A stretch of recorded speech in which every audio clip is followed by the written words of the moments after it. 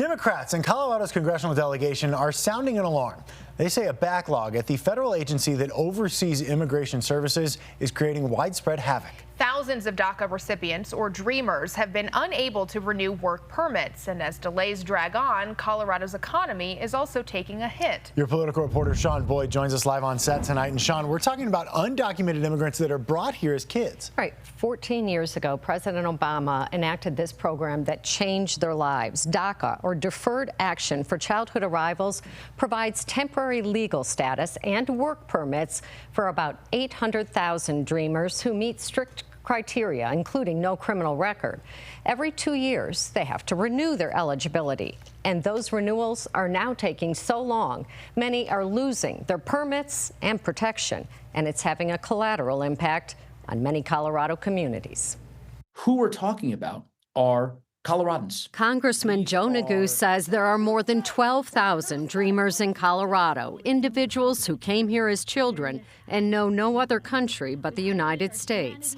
They are not only a part of the fabric of our state, he says, but an essential part of the state's economy. Who are healthcare workers, first responders, law enforcement, wildland firefighters. Since 2012, those who pass background checks and meet other criteria are eligible for work permits that they must renew every 2 years, a process that once took 2 weeks and is now taking more than 2 months, causing some Dreamers to lose not only their jobs, but the only protection they have from deportation. Their goal, I believe, is to essentially cast our Dreamers, these members of our community, into such significant limbo that they eventually leave the country. Neguse and Senator Michael Bennet have been helping those they can on a case-by-case basis. I had a mayor in Colorado call me about a police officer who's a Dreamer that they thought they were actually going to lose altogether and were worried they'd be deported. That's actually the first one of these stories